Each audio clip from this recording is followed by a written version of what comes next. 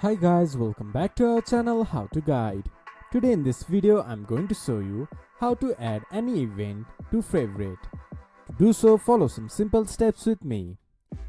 First of all, open your browser, then go to MelBet. Then log into your account, then this type of interface will appear in your screen. From there, scroll down to Events.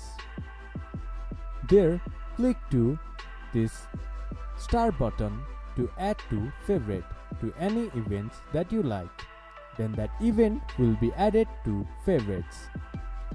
This is how you can add any events to favorite. This much for today's video. If you guys find our video helpful, please leave a like and comment.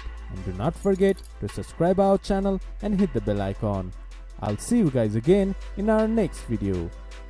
Thank you for watching.